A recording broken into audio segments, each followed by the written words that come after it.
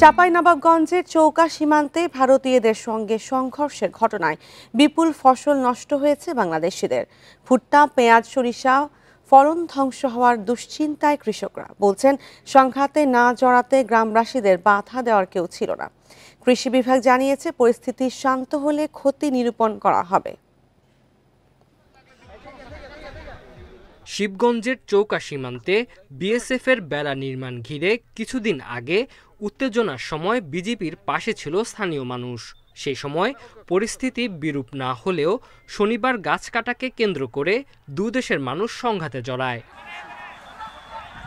এদিন শূন্যরেখার কাছে কয়েকশো মানুষ জড়ো হয়। এতে পায়ের চাপে জমির ফসল নষ্ট হয়।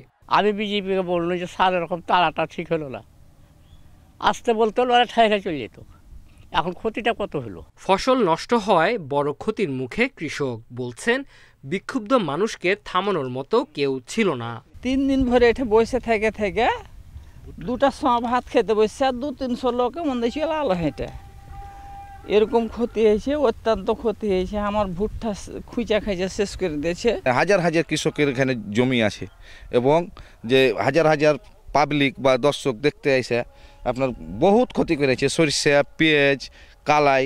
সীমান্ত পরিস্থিতি শান্ত হলে ক্ষতি যাচাই করবে কৃষি বিভাগ। এর ভিত্তিতে কৃষকদের প্রণোদনার উদ্যোগ নেওয়া হবে। সীমান্ত নিয়ে যে বিষয়টা ছিল, তো সেখানে কৃষকজন, উৎসুক জনগণ ওখানে গিয়েছিল। তো তাতে আমাদের ওই সময় মাঠে আমাদের সরিষা ছিল, পেঁয়াজ ছিল এবং টমেটো ছিল।